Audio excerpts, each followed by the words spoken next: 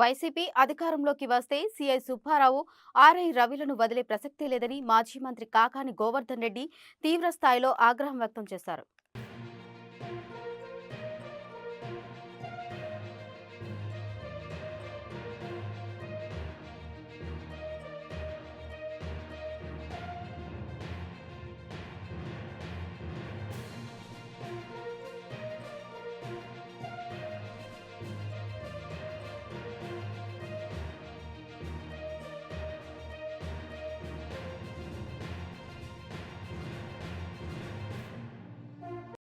జరిగినటువంటి పరిణామాల్లో జగన్మోహన్ రెడ్డి గారి నాయకత్వం, దాంతోపాటు నాతో పాటు ఈ జిల్లాలో ఉండేటువంటి ప్రధానమైనటువంటి నాయకులందరితో కలిసి పనిచేయడం జరిగింది. జిల్లా ఉపాధ్యక్షుడిగా పనిచేశాడు వైఎస్ఆర్ కాంగ్రెస్ పార్టీ.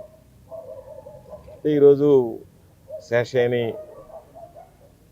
ఒక పథకం ప్రకారం రూరల్ పోలీస్ స్టేషన్లో ఉంచి, అంటే ఎఫ్ఐఆర్ కూడా రూరల్ పోలీస్ స్టేషన్కి తీసుకొచ్చిన తర్వాత ఎఫ్ఐఆర్ నమోదు చేసి దాదాపుగా 4 గంటలకు తీసుకొచ్చి 12:20 అయింది. ఇప్పుడు దానికి సంబంధించినటువంటి ఫార్మాలిటీస్ అన్నీ పూర్తి చేశారు.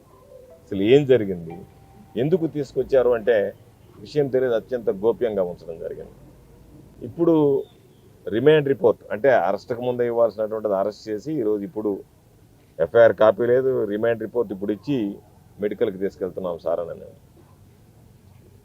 అంటే పోలీసులు మాకు ఒక అరగంట ముందు ఏమేమి సెక్షన్లు నమోదు చేశారు, ఏం జరిగింది అనేటువంటి దాని మీద వివరణ ఇచ్చారు. అడిగినా కూడా వస్తున్నాం చెప్తామని చెప్పారు తప్ప చెప్పలేదు. అయితే కొద్ది రోజులుగా నేను శాషయ్యతో చెప్తూ ఉండేవాడిని, నీ మీద ఖచ్చితంగా ఈ ప్రభుత్వం అందరి మీద కక్ష సాధింపులకు పాల్పడుతుంది, కాబట్టి నువ్వు జాగ్రత్తగా ఉండు అని చెప్పి కూడా చెప్పడం జరిగింది. శేషయ్య చేసినటువంటిది పాపం ఈరోజు వెంకటమ్మ అనుకుంటా ఆమె పేరు, పాపం కళ్ళనీళ్ళు పర్యంతరమైంది పాపం, భర్త పెంచిలయ్య. వాళ్ళు చెప్పినటువంటి దాని ప్రకారం వాళ్ళ బిడ్డను కోల్పోయారు. కోల్పోయినటువంటి ఆ కుటుంబానికి సంబంధించి ఇంకా ఎవరు వాళ్ళని ఆదుకునేటువంటి వ్యక్తులు లేరు. వాళ్ళ కోడలకి ఆ ఉద్యోగం వచ్చింది. ఆ ఉద్యోగం వచ్చినప్పుడే వాళ్ళ మధ్య ఒక ఒప్పందం కుదిరింది. ఉద్యోగం ఆమెకి ఇస్తే 20 లక్షలు 22 లక్షల పాపం వృద్ధులకి తల్లిదండ్రులకి ఇవ్వాలనేటువంటిది. ఆ ఒప్పందం ప్రకారం ఉద్యోగం వచ్చిన తర్వాత ఈరోజు ఏదైతే ఆ రోజు ఒప్పందం ఉందో ఆ ఒప్పందం ప్రకారం ఆ తల్లిదండ్రులకు సంబంధించినటువంటిది 20 లక్షలు 22 లక్షలు ఇవ్వమని అడిగితే ఇన్సూరెన్స్ డబ్బులు వచ్చాయి కాబట్టి ఎల్ఐసి డబ్బులు, అది ఇవ్వడం ఇష్టం లేక శేషయ్య ఆ రోజు నా ముందు అన్నావు కదా అని చెప్పిన మాట్లాడిన దానికే ఈరోజు శేషయ్య మీద ఈ కేసు బనాయించారు అని చెప్పడం జరిగింది.